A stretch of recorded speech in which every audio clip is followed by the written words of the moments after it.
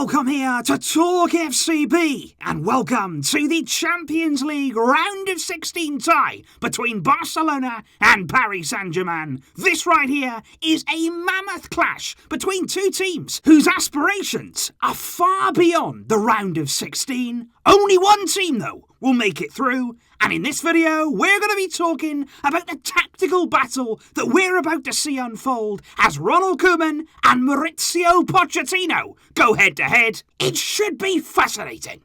Let's get to it. Because if we first of all start with the host Barcelona playing in the first leg at the Camp Nou, and of course both teams coming into this game do have their injury problems, and there are a number of selection dilemmas for both coaches, but starting here with the possible lineup for Ronald Koeman's Barcelona, and I think, to be honest, much of it is already been decided. Definitely it's going to be Ter Stegen in goal, definitely it's going to be Jordi Alba receive some vital rest at the weekend. Serginho Dest will be fine to return at right back, and I believe that he should be starting at right back. It's going to be a midfield of Frenkie de Jong, Sergio Busquets and Pedri starting against Paris Saint-Germain, with Lionel Messi, Ousmane Dembele and Antoine Griezmann leading our line. But of course, the big question there is all about that partnership at centre-back. There's a real feeling that coming into this game, that could be where it's decided. Barca's defence this season, it has been very, very fragile. It has been something there that opponents have looked to target. And the question would be, who is going to start at centre-back? Right now, the fit and available players are Clement Lenglet, Samuel Umtiti, Oscar Mingueza. I can tell you now, and I firmly believe that it will not be Umtiti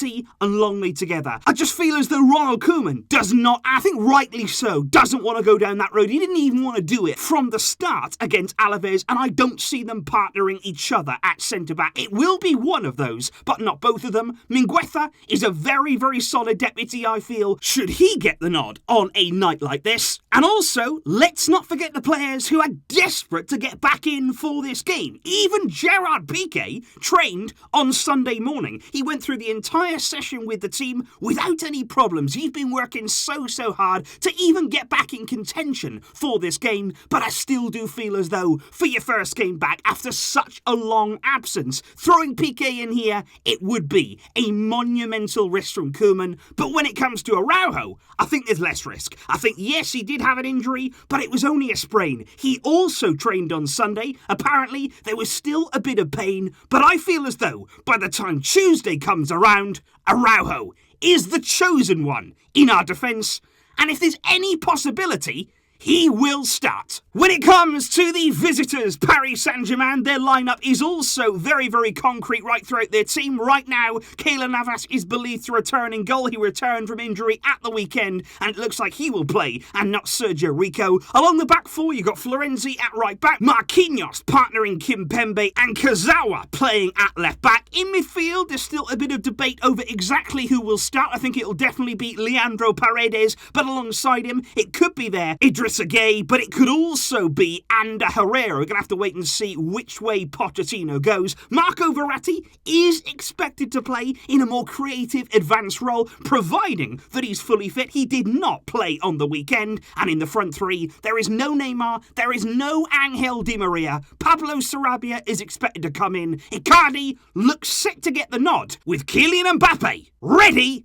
to face Barca. And I think when you do put all of that together, when you set the lineups there up against each other, there are going to be some fascinating battles there out on the field. And there are so many fascinating areas there where ultimately the game will be decided. In particular, where I would like to start here is in midfield. I think it's going to be a fascinating battle there. I think Pedri has certainly got the tools here to open up PSG. Unbelievable for him to be playing in a game of this magnitude at his age. De Jong, as we know, has been sensational this season. And of course, Busquets, he has got to be close to his best. He has to really up his level here to deal with the likes of Verratti and, of course, the runners from PSG who are going to be trying to go past him. But I want to start there in particular by talking about Verratti, his potential role, and what could happen if he does start in that more advanced position. Because I think in the absence of not only Neymar, but also there in the absence of Angel Di Maria, PSG are lacking creativity. They're lacking somebody there to take on the ball, to try and find openings, and ultimately bring their danger men into play. And that's why I feel as though Verratti's role in this game, he is a wonderful, wonderful player, and he's going to be key. We have to get it absolutely right when we're working out, basically, who picks him up. Because you cannot allow him time and space. You can't afford, really, to sit off him and give him that amount of room there, because he'll pick passes. He will be able to pick you off and ultimately pick holes in our defence. So you've got to make sure, number one, you're very, very tight to him. Like I say, this is a big, big game here for Sergio Busquets, and he can't be expected to do everything all on his own. You're going to need Frenkie de Jong getting back in here and covering. You're going to need Pedri to work hard. I expect Griezmann as well. We always see him working hard in these games to get back. And I think ultimately there, you've got to make sure that in front of our goal, we are very, very solid. Can't afford to be making silly mistakes. Can't afford to be giving the ball away in dangerous areas. What I would say, though, is there's a lot of talk about Mbappé. There's a lot of talk here about what maybe Sarabia could do on this right-hand side. But I think Icardi, if he plays, it's an interesting one because he is going to be relying solely on service. He's going to be looking here to receive the ball. He's going to be looking to make good runs, clever runs. But ultimately, ball at his feet, he's not going to do a great deal. So Araujo and Longley here, as long as they can make sure that they're covering that space, that they're aware of where Icardi is, he's not one of those players who's going to create something out of nothing. And for our defence, that is certainly a good thing. However, what is certainly not a good thing for our defence is when you're talking about a counter-attacking situation. When you're talking here about when PSG manage to turn the ball over, because at some point in the 90 minutes, you can't be perfect for the entire game. We're going to give the ball away. We're going to lose it. And we're going to have to make sure that our structure off the ball, we've spoken about this for several days now before this game, it has to be right. Because PSG have the tools on the counter-attack to take you apart. You know full well that Mbappé, all game long, he's looking for that window of opportunity. He is looking for the time when Barça maybe overcommit, maybe you've got players here going forward, and suddenly then the room appears, Mbappé will kill you. And that is a statement. That is a clear plan from PSG. That's what they'll look to do. What I would say, though, and the positive spin that I would put on this, and the way to deal with it, is two things. Number one, Serginho Dest here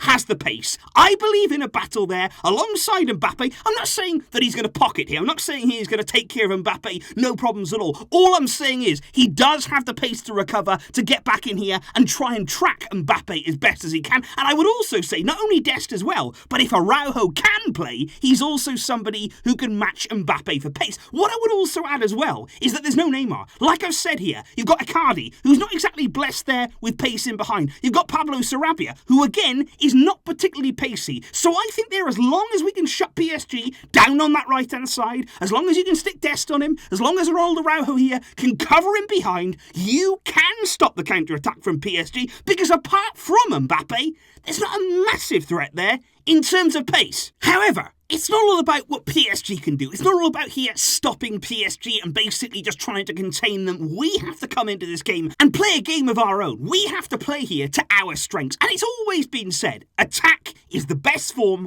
of defence. And that is how I would stop PSG in that counter-attacking situation. That is how I would look to pen PSG back and make sure, really, that they can't afford to be breaking out and counter-attacking us, because we have to give them a lot to deal with on both wings. Because I feel as though the best way to target PSG, the best way to find a way through their defence, it is in the wings. There is no question about that for me. I would target Florenzi, I would target Kazawa. I don't think those are good enough quality fullbacks to be playing for a club like PSG. I think Marquinhos, brilliant player. Kimpembe, very talented centre-back. They've got a midfield here that can certainly do a job. But out wide, we can target those areas. We can get in behind and cause trouble. And what I would say is, particularly with Dest and Dembele, you want to be overloading. You want to be getting forward there and putting as much pressure on as possible, time and time again, and ultimately creating there a 2-on-1 situation. Because either we'll find a way through, either here we'll get some joy on that side, or you'll drag a centre-back across and then open up the space here,